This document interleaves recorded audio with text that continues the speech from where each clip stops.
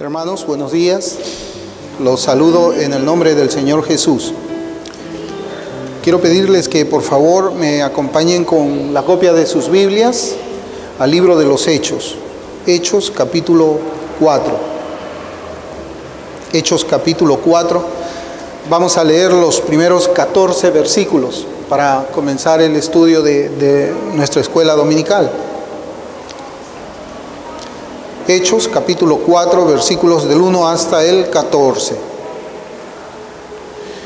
Dice la palabra del Señor: hablando ellos al pueblo, vinieron sobre ellos los sacerdotes con el jefe de la guardia del templo y los saduceos, resentidos de que enseñasen al pueblo y anunciasen en Jesús la resurrección de entre los muertos. Y les echaron mano y los pusieron en la cárcel hasta el día siguiente, porque era ya tarde. Pero muchos de los que habían oído la palabra creyeron, y el número de los varones era como 5,000. Aconteció al día siguiente que se reunieron en Jerusalén los gobernantes, los ancianos y los escribas, y el sumo sacerdote Anás y Caifás y Juan y Alejandro, y todos los que eran de la familia de los sumos sacerdotes. Y poniéndoles en medio les preguntaron: ¿con qué potestad o en qué nombre habéis hecho vosotros esto? Entonces Pedro, lleno del Espíritu Santo, les dijo: gobernantes del pueblo y ancianos de Israel, puesto que hoy se nos interroga acerca del beneficio hecho a un hombre enfermo, de qué manera éste haya sido sanado, sea notorio a todos vosotros y a todo el pueblo de Israel, que en el nombre de Jesucristo de Nazaret, a quien vosotros crucificasteis y a quien Dios resucitó de los muertos, por él este hombre está en vuestra presencia sano. Este Jesús es la piedra reprobada por vosotros los edificadores, la cual ha venido a ser cabeza del ángulo, y en ningún otro hay salvación, porque no hay otro nombre bajo el cielo dado a los hombres en que podamos ser salvos. Entonces, viendo el denuedo de Pedro y de Juan, y sabiendo que eran hombres sin letras y del vulgo, se maravillaban y les reconocían que habían estado con Jesús. Y viendo al hombre que había sido sanado, que estaba en pie con ellos, no podían decir nada en contra. El Señor bendiga su palabra. Yo quisiera que llamemos a este estudio, hermanos, la primera batalla de una guerra ganada. La primera batalla de una guerra ganada. Y en estos versículos nosotros podemos ya ver la manera hostil en que las autoridades religiosas responden contra el mensaje del Evangelio, contra la predicación de Cristo como el único en quien hay salvación.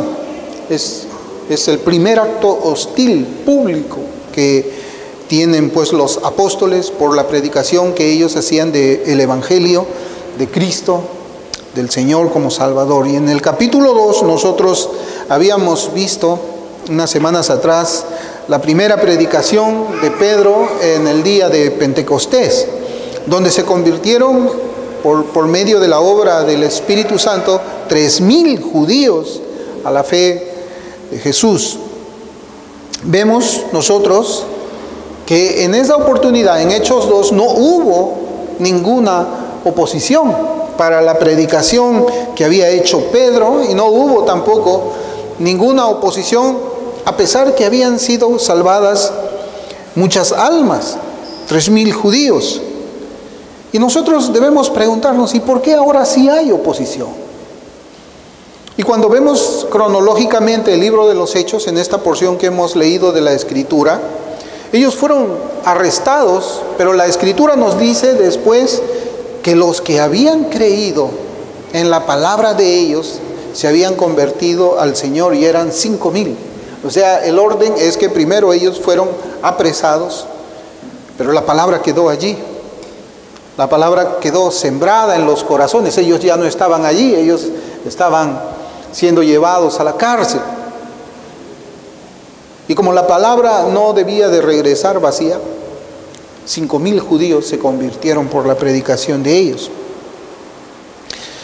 Nosotros pudimos notar también que en este segundo sermón, que está en el capítulo 3, un sermón evangelístico. Habíamos dicho que la cristología de Pedro era muchísimo más profunda que la primera vez que él había predicado al Señor Jesús. Ellos estaban presentando al Señor Jesús como la fuente de vida eterna de una manera mucho más clara y mucho más firme también. Tal vez yo pensaba de que estas autoridades religiosas judías no habían actuado en la primera predicación de Pedro porque pensaron pues que ya no iban a predicar más en el nombre de Cristo. O tal vez ellos pensaron que estos apóstoles estaban ya tranquilos luego de esa predicación.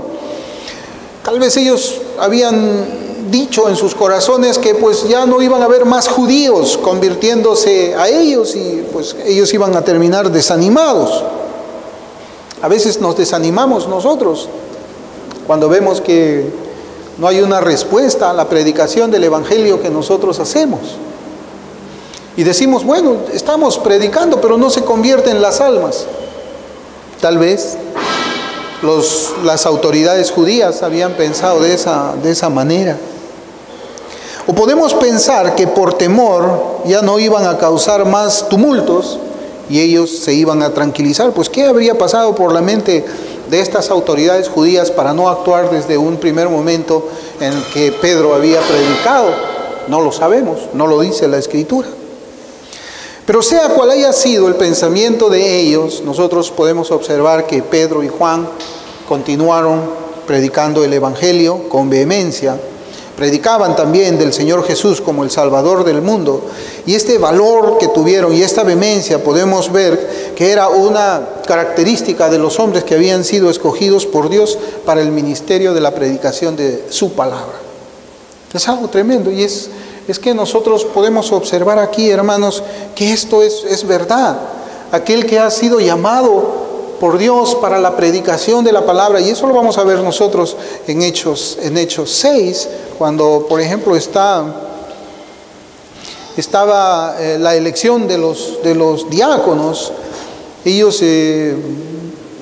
dijeron de esta forma en el capítulo 6, versículo 4, y nosotros persistiremos en la oración y en el ministerio de la palabra. O sea, los apóstoles estaban llamados a predicar el Evangelio y sus doctrinas. No es solamente el mensaje de salvación, sino el Evangelio tiene doctrinas. Y todas las encontramos nosotros en el Nuevo Testamento. Y podemos también tener la palabra del Señor del Antiguo Testamento a nosotros, interpretada por el Nuevo. Un ministro de Dios predica todo el consejo de Dios. No importa que haya oposición.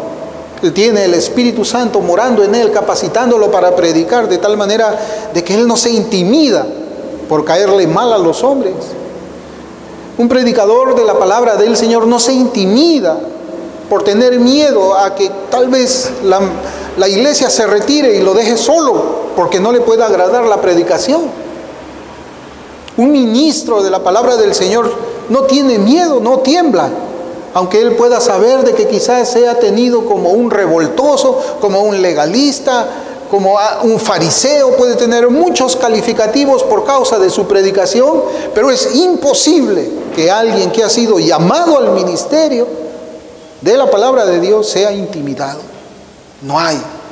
No es posible. Miren, en Jeremías capítulo 20, por ejemplo, tenemos ahí un ejemplo de lo que estamos hablando. El mismo espíritu que estaba en Jeremías estaba en todos los profetas del Antiguo Testamento, estaba en los apóstoles del Nuevo Testamento y está en los ministros de la palabra de todos los tiempos hasta nuestros días.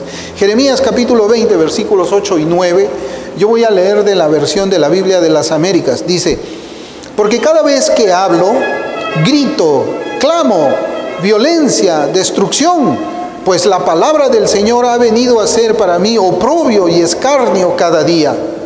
Pero si digo, no le recordaré ni hablaré más en su nombre, esto se convierte dentro de mí como fuego ardiente, encerrado en mis huesos. Hago esfuerzos por contenerlo y no puedo.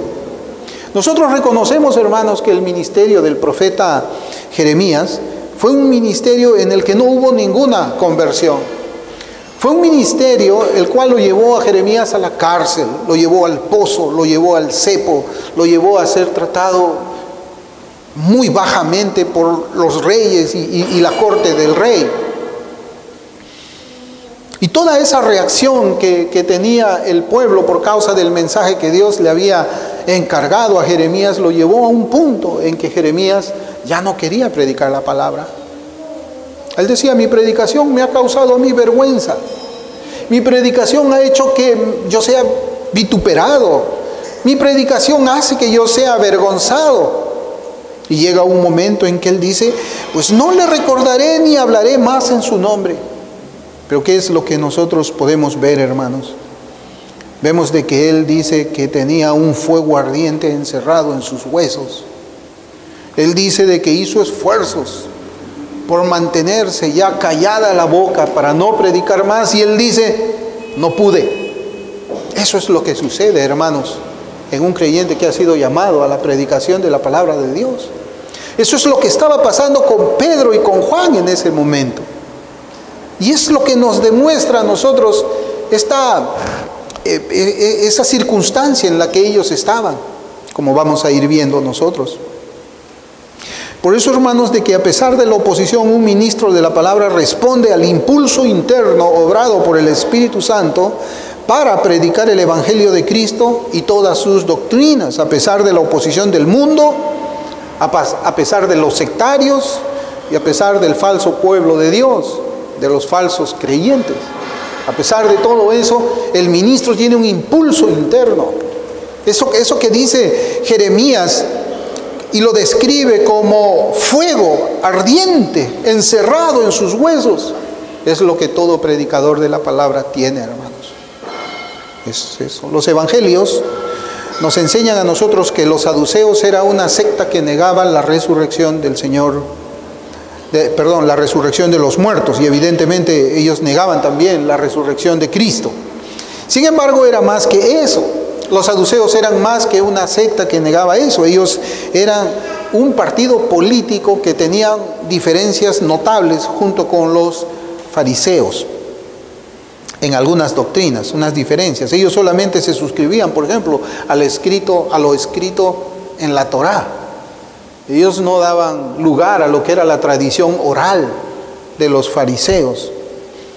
Además, también ellos enseñaban una disposición de asimilación, y esto es interesante, hermanos, una disposición de asimilación a las naciones aledañas, en contraste con los fariseos, cuyo nombre significaba separado. O sea, eran distintos ellos, pero de alguna forma eran los que conformaban el Sanedrín, donde habían sido llevados estos hermanos. Nuestro versículo 2 nos dice que ellos estaban resentidos.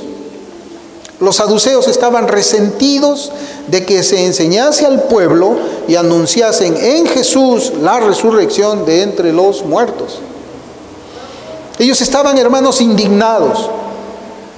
Ellos estaban molestos, estaban irritados, estaban enojados por la predicación del apóstol Pedro. Y esto nos recuerda que el Señor Jesús siempre ha tenido opositores. Siempre ha tenido opositores. Mientras Él estaba vivo, sus opositores principales fueron los fariseos. Y los saduceos fueron sus opositores después de su resurrección. El sermón de Pedro estaba atacando esas creencias de ellos. Pero ellos, algo interesante que yo veía aquí, ellos no quisieron escuchar la predicación, no quisieron escuchar el testimonio de los apóstoles, no quisieron confrontar lo que se estaba predicando con las escrituras del Antiguo Testamento. Y recordemos nosotros más bien que Pedro citó y explicó los pasajes de la palabra de Dios donde se demostraba que el Mesías había resucitado de entre los muertos. Simplemente se nos dice aquí de que los fariseos se sentían fastidiados por la predicación. Y así también es en nuestros días. Así también es en nuestros días. Podemos notar que son poquísimos los que van a la palabra de Dios para aprender la doctrina del Señor. Son poquísimos. Son muy pocos los que se preguntan, ¿es verdad esto que se está predicando? Y si acaso escuchan de una publicación o de un sermón que ataquen sus creencias, ellos se enojan mucho e inmediatamente lo que hacen es atacar con la espada de sus lenguas. Ese es el tiempo en que nosotros estamos viviendo ahora. No hay un espíritu bereano como hemos nosotros reconocido que es este tiempo en el que vivimos. Y lo que vemos, hermanos, también en este pasaje es que esta fue la primera de tantas noches en prisión por causa del Señor y de su evangelio. Era la primera noche.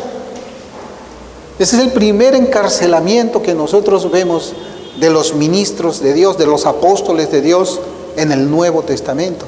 Aquellos que ya estaban predicando claramente al Señor Jesús como el Salvador del mundo, a su palabra como la palabra de Dios. Y tal vez muchos dirán algo que nunca dijeron los apóstoles estando en prisión. ¿Es esto lo que se gana por predicar a Cristo? ¿Es esto? ¿Caer en prisión? ¿Esta es la recompensa que yo tengo por hablar la palabra de Cristo que se me ha encargado? Yo creo que nosotros podemos tal vez haber pensado de esa manera hace muchos años, cuando no entendíamos bien el evangelio. ¿Es esto lo que se gana por predicar a Cristo? Vergüenzas, insultos, prisiones, infamias. ¿Es esto? Hermanos, es eso. Es eso. Es eso. Está en la Escritura, está en el Antiguo Testamento y el Nuevo Testamento. Ningún predicador llamado por el Señor la pasó muy bien. El Señor mismo no la pasó bien cuando Él predicaba el mensaje de salvación. Entonces, ¿por qué nosotros queremos esperar algo mejor en este día donde la maldad ha aumentado mucho más? ¿Por qué queremos nosotros caerle bien a las personas? Eso no va a suceder. Predicar a Cristo crucificado siempre ha despertado antagonismos, contiendas, aún, hermanos, con nuestras propias familias. Pero ¿qué debemos hacer en casos como estos para mantener la paz? ¿Qué deberíamos hacer nosotros? Bueno, yo creo que hay dos alternativas. Ya sabemos que el evangelio lo que hace es causar persecución, es causar insultos, pues vas a ser tenido por poco. Y si no encuentran nada en ti con lo que te puedan acusar, te lo van a inventar. Te lo van a inventar. Entonces tienes dos alternativas. Callas el evangelio del Señor Jesucristo para mantener la paz, o predicar a Cristo a tiempo y fuera de tiempo, aunque nos traiga aún enemistad con los nuestros. Con los nuestros. El evangelio es una medicina para el alma. Y lo curioso es de que nosotros en lo físico, en lo material, cuando tenemos un familiar que está enfermo, primero le persuadimos a que tome la medicina que no quiere tomar, para que se pueda recuperar su salud, para que pueda estar sano. Y cuando no logramos persuadirlo a que tome la medicina, lo obligamos muchas veces a tomar la medicina para eso. Creo que todos nosotros actuamos así. Y para mí es extraño, hermanos, ver de que muchas veces nosotros no queremos darle a nuestros seres queridos la medicina para sus almas. Y pensamos de que a veces es mejor mantener la paz callando el evangelio, mantener una paz que los va a llevar a ellos al infierno eterno. Yo creo que no, hermanos, yo creo que es una cobardía callar el evangelio a alguien que lo necesita. El versículo 4, hermanos, de nuestro capítulo 4 de Hechos, es un versículo muy alentador y que trae consuelos en el tiempo de la aflicción y la persecución. Dice, pero muchos de los que habían oído la palabra creyeron, y el número de los varones era como 5,000. 5,000. Y es lo que yo les decía, la palabra de Dios no vuelve vacía. 5,000. Y cuando yo leía esto, hermanos, yo decía en mi corazón, bueno, en realidad no era importante ver a 2 apóstoles en prisión. 2 apóstoles en prisión comparado con 5,000 almas salvadas por el Señor Jesús.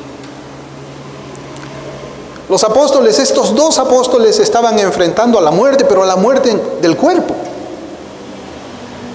Ellos no iban a morir, porque el Señor Jesús les había enseñado a ellos y les había dicho, el que cree en mí, aunque esté muerto, vivirá.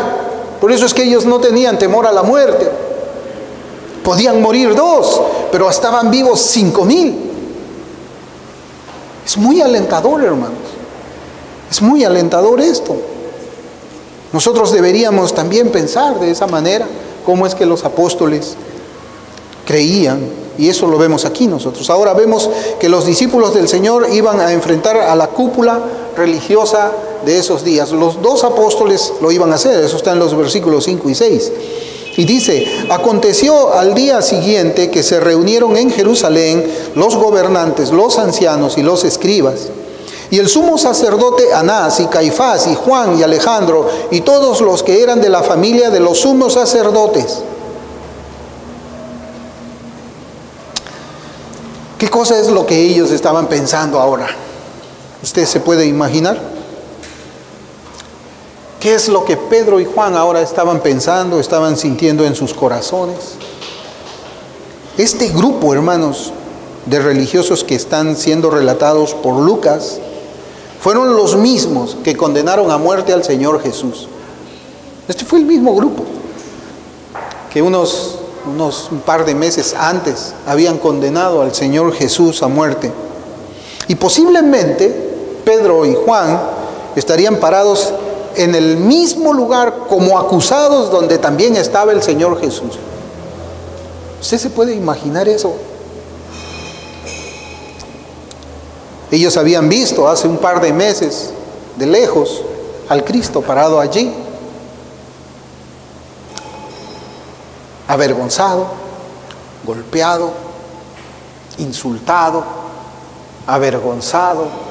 Y desde ese mismo consejo salió la sentencia de pena de muerte para el Señor. Ahora ellos estaban en ese lugar. Ellos ya conocían ese lugar, conocían las personas que estaban allí reunidas. Y pues estaban allí donde el Señor también estuvo. Era en la corte donde estaban los fariseos reunidos, y esto lo observamos por la forma de la pregunta que le hacen a los prisioneros. Hechos 4:7 dice, y poniéndoles en medio les preguntaron, ¿con qué potestad o en qué nombre habéis hecho vosotros esto? Y aquí nosotros debemos de notar algo, hermanos. ¿Por qué causa, por qué razón es que los apóstoles fueron llevados a este concilio?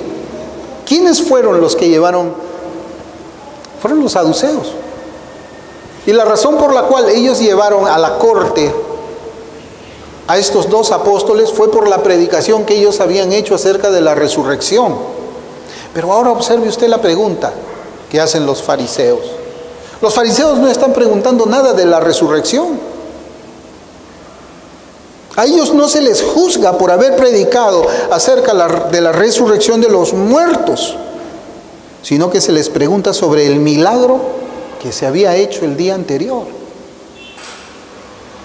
Los fariseos querían saber acerca del nombre en el cual ellos habían realizado el milagro de la sanidad del inválido. Y recordemos que los apóstoles estuvieron pues predicando en las puertas del templo, donde solamente podía ser invocado un solo nombre, el nombre de Jehová. No, cualquier otro nombre era considerado como idolatría. Obrar milagros invocando un nombre diferente era considerado como blasfemia. Más aún, si se invocaba el nombre de Jesús Nazareno. Hermanos, mire, vamos a abrir en Mateo 26, versículos del 63 al 66.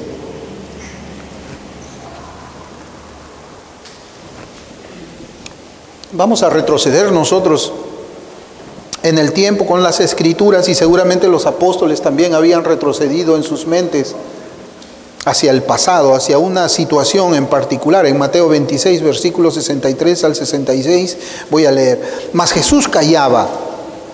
Entonces el sumo sacerdote le dijo: te conjuro por el Dios viviente que nos digas si eres tú el Cristo, el Hijo de Dios. Jesús le dijo: tú lo has dicho, y además os digo que desde ahora veréis al Hijo del Hombre sentado a la diestra del poder de Dios y viniendo en las nubes del cielo.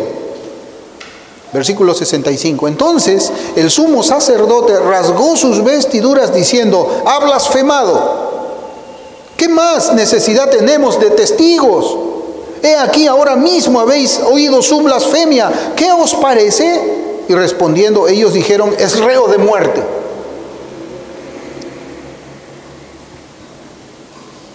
Pero ahí estaban ahora Pedro y Juan, delante de ese mismo consejo, que había condenado a muerte a Jesús Nazareno, porque él dijo la verdad, porque él dijo: yo soy el Cristo, yo soy el Mesías. Antes ellos fueron testigos de lejos de aquel juicio infame. Ahora estaban parados en el mismo lugar donde Cristo estaba parado. Y esto es para todos nosotros. Esto es para todos nosotros. Si estamos parados en el mismo lugar del Señor Jesús, el mundo nos va a odiar. Si estamos parados en el mismo lugar del Señor Jesús, el mundo nos va a perseguir. Si estamos parados en el mismo lugar del Señor Jesús, los falsos creyentes también nos van a aborrecer. Si estamos parados en el mismo lugar del Señor Jesús, el diablo procurará herirnos usando a los que son de Él. Pedro, lleno del Espíritu Santo, va a dar respuesta a los mismos hombres que mataron a su Señor y que tenían el poder para hacerle lo mismo a ellos. Yo quisiera que usted vea el contexto. No sé si usted ya se dio cuenta. Ellos estaban delante de los mismos que habían decretado la muerte del Señor Jesús y que la llevaron a cabo. Estaban delante de los mismos que llevaron al Cristo delante de Pilato y movieron al pueblo para que se dicte una sentencia de muerte. Y ahora esos hombres les están preguntando: ¿en el nombre de quién has hecho tú esto? 60 días antes se consideraba el nombre de Cristo, de Jesús el Nazareno como Cristo, una blasfemia. Y cuando Cristo dijo: yo soy el Cristo, era blasfemia y digno de muerte. No necesitaban más testigos. Ellos estaban bajo presión. Ellos estaban bajo presión, sus vidas estaban en juego. Pero miremos cómo es que responde Pedro. Pedro es quien estaba hablando en nombre de él y en el nombre de Juan. Los versículos del 8 al 12 dice: entonces Pedro, lleno del Espíritu Santo, les dijo: gobernantes del pueblo y ancianos de Israel, puesto que hoy se nos interroga acerca del beneficio hecho a un hombre enfermo, de qué manera éste haya sido sanado, sea notorio a todos vosotros y a todo el pueblo de Israel, que en el nombre de Jesucristo de Nazaret, a quien vosotros crucificasteis y a quien Dios resucitó de los muertos, por él este hombre está en vuestra presencia sano. Este Jesús es la piedra reprobada por vosotros los edificadores, la cual ha venido a ser cabeza del ángulo. Y en ningún otro hay salvación, porque no hay otro nombre bajo el cielo dado a los hombres en que podamos ser salvos. Hermanos, qué respuesta. Y esta es la cuarta oportunidad en que Pedro testifica del Señor. Y miremos que aunque Pedro sabía que ellos fueron los mismos que mataron al Señor sin pruebas, sin testigos, aunque Pedro sabía que todo el juicio de ellos fue una vergüenza, se dirige a este mismo tribunal con todo respeto. Y él dice: gobernantes del pueblo y ancianos de Israel. Respeto a las autoridades, miren. Es algo que nosotros debemos de considerar también en nuestros días. Es verdad, nosotros aquí en Perú estamos viviendo un tiempo donde pues se dice que la corrupción está siendo evidenciada. Y vemos cómo el mundo habla de las autoridades. Cómo es que el mundo los trata como ladrones, los trata como ratas, algunos les escriben son unas ratas. Hermanos, un cristiano nunca puede referirse así a una autoridad aquí en el Perú o de cualquier otro planeta. El Señor siempre por medio de su palabra nos ha dicho de que debemos de guardar nosotros el respeto a las autoridades. Y eso es lo que nosotros encontramos aquí. Pedro sabía, hermanos, de que ellos habían inventado este juicio por envidia para matar al Señor. Pero él comienza refiriéndose a ellos con mucho respeto, gobernantes del pueblo y ancianos de Israel. Pedro les dice que ellos estaban allí por una buena acción hecha a favor de un hombre atado a una enfermedad desde su nacimiento. Posiblemente estas palabras que Pedro estaba diciendo deben hacernos recordar una de las controversias que también tuvo Cristo con los fariseos. En Juan 10, 32, 33 dice, Jesús les respondió, muchas buenas obras os he mostrado de mi Padre, ¿por cuál de ellas me apedreáis? Le respondieron los judíos diciendo, por buena obra no te apedreamos, sino por la blasfemia, porque tú siendo hombre te haces Dios. Pero vemos que Pedro testifica del nombre de Cristo. Es decir, que desde los cielos el Señor Jesús continúa haciendo bienes a los hombres pecadores, es lo que Pedro le está diciendo.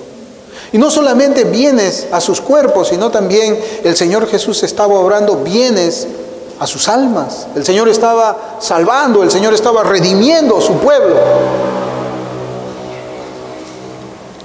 Y además nosotros notamos algo, y habíamos dicho de que los saduceos llevaron a los tribunales a los apóstoles precisamente porque ellos estaban enseñando la doctrina de la resurrección de los muertos. Y los fariseos no le preguntaron acerca de la doctrina, ellos querían saber más bien en qué nombre es que Pedro había hecho esa sanidad y había hecho esa predicación. Pero Pedro no busca evadir tampoco, hermanos, el vacío de la pregunta. Pedro no dice, bueno, no me están preguntando de la resurrección, entonces me voy a quedar callado.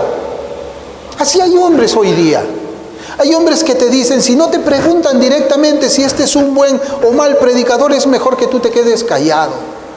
Hay muchos que les gusta el silencio, un silencio que esconda la verdad, un silencio de los cementerios, un silencio donde la gente permanezca muerta. Pero Pedro dice, no hay por qué guardar silencio. Ellos me trajeron aquí por causa de mi predicación acerca de la resurrección de los muertos. Yo voy a responder acerca de esa doctrina de la resurrección de los muertos. Pedro no se aprovecha pues del silencio de la pregunta. Por eso es que nosotros encontramos de que él da respuesta a aquellos saduceos que estaban enojados, que habían sido irritados y resentidos, y que estaban allí. No se trataba de aprovecharse del vacío para predicar a medias. Eso no lo hace un predicador de verdad. No lo hace. La verdad debía ser predicada con todos sus elementos divinos, según todas las obras de Cristo y según todas las doctrinas enseñadas por el Maestro. Y en el versículo 10 observamos que la predicación del apóstol Pedro hace un giro. Ya vemos. Pedro le responde a los fariseos, ¿en qué nombre hiciste esto? En el nombre de Jesús Nazareno. Pedro responde a los fariseos, en el nombre de Cristo vamos a predicar la resurrección de entre los muertos. Pero en el versículo 10 ahora hay un giro en toda esta historia que nos está trayendo Lucas. El versículo 10 nos dice, sea notorio a todos vosotros y a todo el pueblo de Israel que en el nombre de Cristo, de Jesucristo de Nazaret, a quien vosotros crucificasteis y a quien Dios resucitó de los muertos, por él este hombre está en vuestra presencia. Es decir, el giro ahora hace de que esos acusadores de los dos apóstoles pasen a ser acusados. El acusador ahora es acusado. Los fariseos son acusados de la muerte de Cristo. Los saduceos ahora son acusados. Es algo tremendo, hermanos. ¿Usted se puede imaginar una corte donde el reo esté acusando al juez?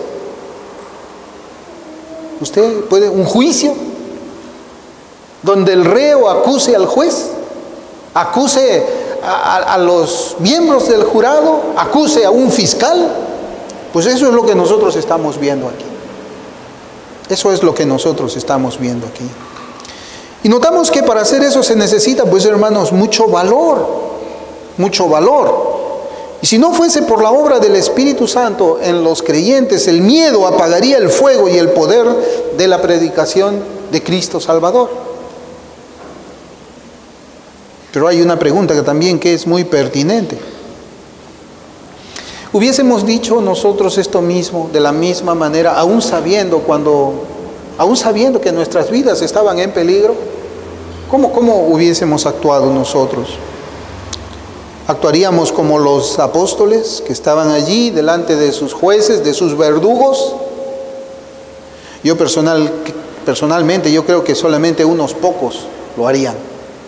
Unos pocos testificarían de esa manera. La gran mayoría ha caído en el principio posmoderno de reemplazar el contender por la verdad por el diálogo, por el bien de la unidad.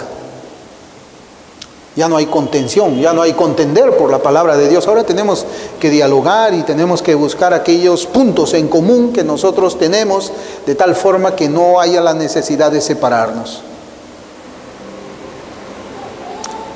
Y esto nos enseña pues que ahora los profetas se han vuelto políticos. Los profetas ahora se han vuelto políticos.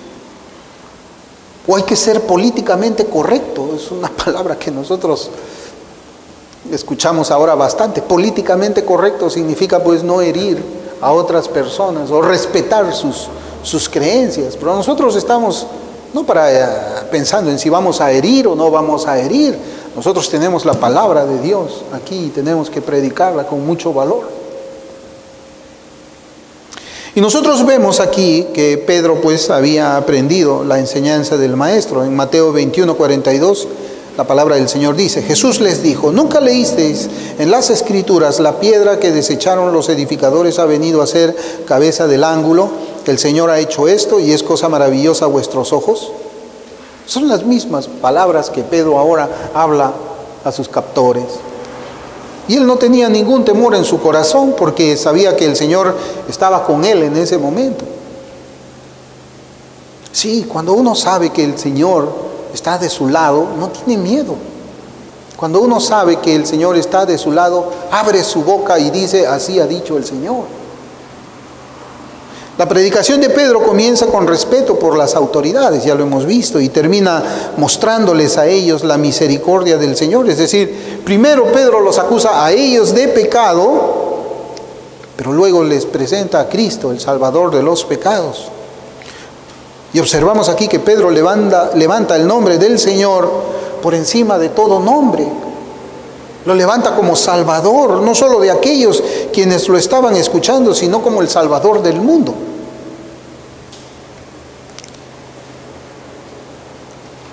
Los versículos 13 y 14 de Hechos 4 dice: entonces, viendo el denuedo de Pedro y de Juan, y sabiendo que eran hombres sin letras y del vulgo, se maravillaban y les reconocían que habían estado con Jesús. Y viendo al hombre que había sido sanado, que estaba en pie con ellos, no podían decir nada en contra. Acá son muy interesantes las palabras que leemos en la Escritura. Los apóstoles, Pedro y Juan, fueron vistos por aquellos conocedores de las Escrituras, conocedores entre comillas, ¿no? Sí, conocedores entre comillas, no, yo no estoy diciendo que eran conocedores, o como estos teólogos entre comillas también, estos académicos entre comillas también. Ellos veían a Pedro y a Juan como gente sin estudio y sin preparación. como gente iletrada y del vulgo, como hombres sin instrucción ni cultura, hombres sin letra e ignorantes. Así eran vistos Pedro y Juan por este grupo de sacerdotes, esta cúpula religiosa. Y vemos, hermanos, que tristemente hoy se trata de la misma manera a los redimidos del Señor. Sí, se les dice gente sin estudios ni preparación. Se les habla así de una forma tan horrible. Una vez escuché, y lo tengo así grabado en mi mente, que un pastor presbiteriano, cuando estaba intercambiando ideas y argumentos con un hermano bautista, él le responde en uno de los argumentos escoria anabautista, así públicamente. Era muy académico seguramente, conocía mucho. Y a este hermano bautista lo trataría como iletrado, hombre del vulgo, sin letras, ignorante. Hermanos, yo les decía que tristemente se trata de la misma forma a los redimidos del Señor, al redimido del Señor, que no son teólogos, pero andan en santidad, que no tienen diplomas de seminarios, pero andan en justicia, que no son académicos, pero caminan en la verdad, que desconocen la soberanía de Dios en la salvación, pero tienen un corazón puro. Y cuando hablo de hermanos que desconocen la soberanía de Dios en la salvación, me estoy refiriendo a aquellos hermanos que creen en el libre albedrío. Creen en el libre albedrío, pero tienen corazones puros. Creen en el libre albedrío, pero andan en justicia, en rectitud. Creen en el libre albedrío, pero son incapaces de mentir. Creen en el libre albedrío, pero temen ellos aún levantar su palabra en contra de otro hermano, no falsifican. Creen en el libre albedrío, pero oran con una profunda emoción a Dios. Creen en el libre albedrío, pero tienen manos limpias y corazón puro. Hermanos, ¿qué es mejor? ¿Tener mucha teología en la mente y también un fruto malo? Como ese hombre que dijo escoria anabautista. ¿Es bueno eso? ¿Tener muchos tomos en la cabeza, pero el corazón todavía con su trono posesionado por el diablo? ¿O es mejor conocer poco, pero tener fruto bueno? Sí, es mejor conocer poco, pero tener fruto bueno. Ellos eran hombres sin letras y del vulgo. Pero el Espíritu Santo los usaba para sacudir las conciencias y punzar los corazones. Ellos eran los instrumentos de Dios para la salvación de las almas. Y algo que nosotros vemos es que el Sanedrín reconocía que ellos habían estado con Jesús. Miren el versículo 13 que estamos nosotros hablando. Dice: entonces, viendo el denuedo de Pedro y de Juan y sabiendo que eran hombres sin letras y del vulgo, se maravillaban y les reconocían que habían estado con Jesús. Y yo me preguntaba, hermanos, si los incrédulos reconocerían que nosotros estamos unidos al Hijo de Dios. ¿Puede un incrédulo reconocer que yo soy diferente? ¿Puede reconocer un incrédulo que yo camino con Cristo, que yo estoy con el Señor, que tengo comunión con Cristo? ¿Puede alguien reconocer? Yo creo que debería de reconocerse. Un cristiano es distinto al mundo y el mundo es distinto a un cristiano. Sí. Los fariseos y los saduceos reconocían que ese mismo valor lo habían heredado de Cristo. Tremendo, hermanos. Estaban en el mismo lugar en el que el Señor Jesús estaba, delante de los mismos acusadores. Y cuando le preguntaron al Señor si es que Él era el Cristo, Cristo no mintió, dijo la verdad. Y ese mismo valor ellos habían visto que había sido heredado también a los suyos. El mismo Espíritu de Cristo estaba en ellos. El último versículo, el versículo 14, dice: y viendo al hombre que había sido sanado, que estaba en pie con ellos, no podían decir nada en contra. No sabemos cómo es que el inválido llegó ahí, pero dice que ese hombre sanado, el que había sido inválido, estaba allí, así nos dice este versículo. Él estaba allí. ¿Y saben qué? Si notamos, vamos a leerlo, dice: y viendo al hombre que había sido sanado, que estaba en pie con ellos. Con ellos. ¿Cuántos estaban parados en el lugar donde se ponen a los acusados? 3. Habían 3 personas paradas en ese lugar donde estaban los acusados. Estaba Pedro, estaba Juan, ¿y quién más estaba? Este hombre que había sido sanado. Es algo tremendo, hermano. Esas autoridades se llevan a 2 ministros del Señor, a 2 siervos del Altísimo, a 2 que son redimidos por la sangre del Cordero, pero uno se junta con ellos, ahora son 3. ¿Haríamos eso nosotros? Este hombre había sido salvado el día anterior, ayer. Y el día de hoy lo vemos allí exponiendo su vida por causa de Cristo. Exponiendo su vida. Junto con aquellos quienes habían sido instrumentos del Dios Altísimo para concederle esa sanidad a su cuerpo. Eran 3, hermanos. Y los 3 estaban allí, ¿para qué? Para dar testimonio de Cristo. Yo digo, no, pues así como es el pastor, es la oveja. Así como es el pastor, es la oveja. Pedro y Juan estaban enseñando con su ejemplo.